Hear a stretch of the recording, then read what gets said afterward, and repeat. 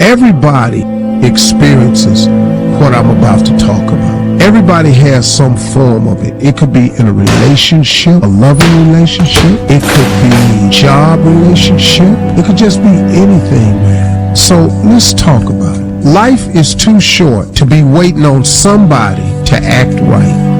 You know, the clock is ticking. And I don't know if you know that, man, but time flies by sometimes. So you gotta start thinking, man. Life is too short to be waiting on somebody to act right. And I'm not just talking about in a relationship like you married or something like that, which is another one. But my goodness, man, I don't really have time for that. I would rather surround myself with people who add value to my life instead of subtracting from my life. If you got somebody in your life that's always taking and never giving, you're probably waiting on them to act right. If you got a person that's always getting something from you and never say thank you, life is too short to be waiting on somebody to act right. You're in a relationship with a person who constantly does you wrong, repeatedly, and you keep expecting them to change their behavior and they don't. You know, they say that the definition of insanity is doing the same thing over and expecting a different result. It's insane for us to continue to wait on somebody to act right. When first of all, you can't make nobody act right. You can't change nobody that don't want to be changed. I've done it before. I've done it in relationship. I've done it with my children. I taught it to him, but I'm waiting on him to get it.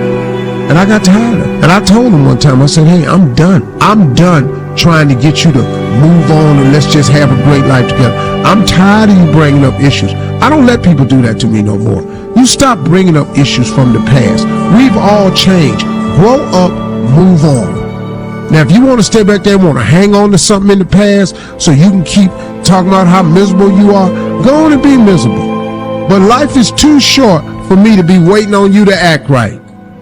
So now, here I am over here. This is the way I am. If you want some of this love, some of this guidance, some of this understanding, some of this leadership, you need some occasional help, I'm here. But if you want to keep dragging me over the coals about an issue that you can't get past, I'm sorry. I'm no longer available for you. I'm sorry that you can't get past it. I'm sorry that it has bothered you for a number of years. My apologies.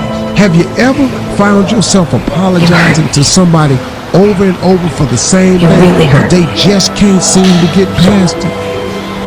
Life is too short to be waiting on somebody to act right. And I look up, man, and I just decided, man, I ain't doing it no more. I'm just not going to do it no more. I'm sorry. If I've offended you, if I hurt you, and I'm man enough to apologize, I expect you to be man enough or woman enough to accept it. You don't have to forget it. I'm just saying I'm sorry and I'm asking for your forgiveness. But if you ain't in the forgiving mood, I'm going to take it to God. I'm going to ask God to forgive me because he will. And then I'm moving on. Me and you ain't got to talk no more. You can't get past it. I understand. But my daddy always said, you're going to either get over it or you're going to die mad. Time is short. Every one of us here has been given the same amount of time in a day. 1,440 minutes a day, 168 hours per week.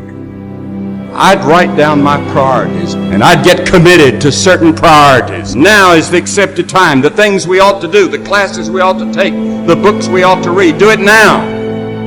The family that needs you, spend more time now. Write that letter home now that you've been meaning to write.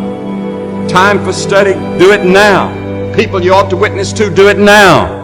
Every time the clock ticks, it seems to say now. Today. Time is too short for indecision and vacillation. Fools say that time is long. Every morning we have 86,400 seconds to spend and to invest. And each day the bank named time opens a new account for you and for me. It allows no balances and no overdrafts. If you fail to use the day's deposits, the loss is yours. The one commodity that is most valuable on this earth is time. Time to love, time to live. From the moment the human body is born, it begins dying. Happen faster, some happen slower. Some of us help them go faster, and some of them prevent it from happening sooner than later. How many seconds, how many minutes do we waste every day doing things that are nowhere near the goals and aspirations and passions that we have inside? How many times do you go through the course of a day and realize, did I do anything I set out to do today? Write down those goals each and every day. No matter if it's 2 goals a day, if you can accomplish those, then you're doing more than just making it through the day. You are living and achieving your dreams.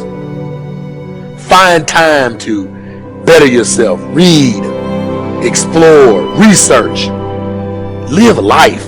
Do things you've never thought of doing before. That's what it's all about.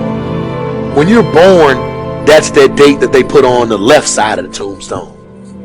When you die, they put another date on the right side of the tombstone. But that dash in the middle is the most important thing on that tombstone. That is a line that throughout that entire time frame, you were able to impact and touch others' lives. You were able to leave your mark on this earth. You were able to build a legacy that nobody could change. You were able to have it to where people remembered who you are no matter what.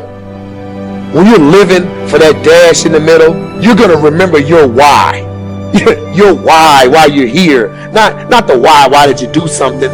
Your why, your reason for getting up in the morning, your reason for pushing yourself past the brink of exertion and giving up. Your reason for moving on and getting things done in life. That dash in the middle, that's the thing that pushes you.